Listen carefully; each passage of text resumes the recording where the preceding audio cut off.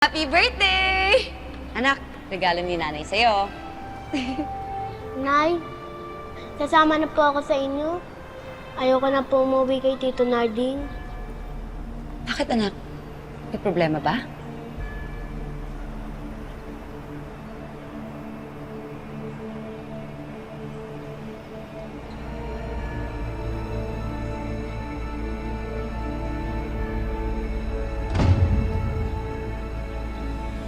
Anak, konting tiis na lang ha. Alam mo namang hindi pwede ang bata doon sa pinagtatrabahuhan ko eh. Saan po ba yun? Sa ibang bansa. May kontrata kasi si nanay. Pero di ba, ang promise ko sa'yo, kapag natapos ko na yung kontratang yon, magkasama na tayo palagi. Promise po. Promise.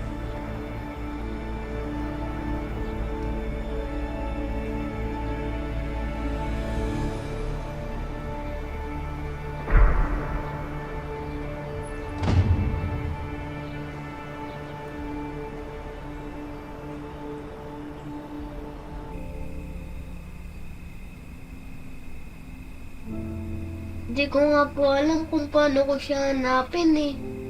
Kung saan po ako magsisimula.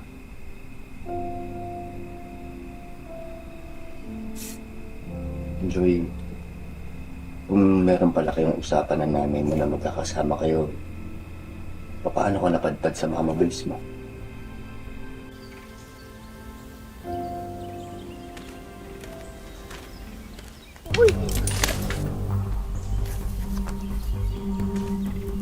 Anong nangyari? Nabasag mo ang itlog? Simpleng-simpleng trabaho? Ha? Tsawa mo na yan?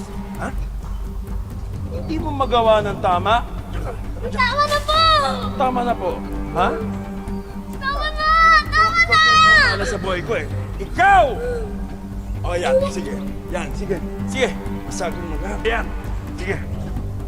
Kukuha ako ng pera sa loob, ha? Para pabibilihin kita ulit ng itlog, ha? Ingatan mo, ha? Pag nabasag mo uli yan, babasagin ko na ang mukha mo. Teka lang!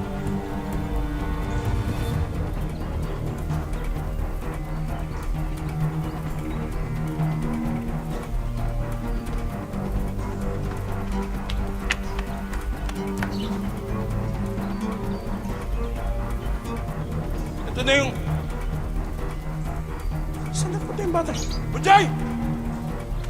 Bunjay! Batang... Ha? Tumakas yan. Bunjay! Hoy!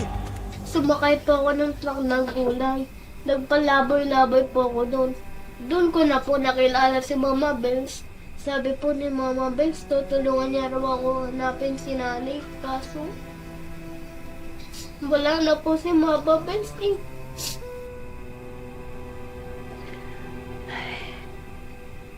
Basta, manalig ka lang, ha? Magtatagpo ko rin kayo ng nanay Rona mo. Tsaka, hindi ka namin pababayaan. Tulungan ka namin, ha? Oo. Kaya, tumahan ka dyan mo, Joy. Ngayon bukas, ganito gagawin natin, ha? Ipapasyal kita, hanap tayo ng peri, ha? Gusto mo ba yun? Totoo po? Oo. Pero kailangan mo munang bumiyahe sa umaga para may panlibre ako sa'yo. Ayos ba? Opo. Sige na. Tama na. Huwag ka na umiyak. Tubig.